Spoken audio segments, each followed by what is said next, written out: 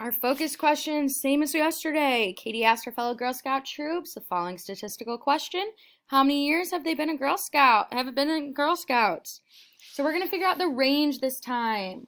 As a reminder, our mode that we found yesterday was the number that we saw the most of. Now the range is going to be the biggest number minus the smallest number.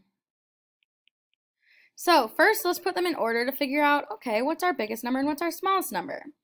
So I have a 0, 0, 1, 2, 2 again, 2 again, 2 again, 3, 3, and a 5. So we're going to take our biggest number, which is 5, and we're going to subtract the smallest number, which is 0.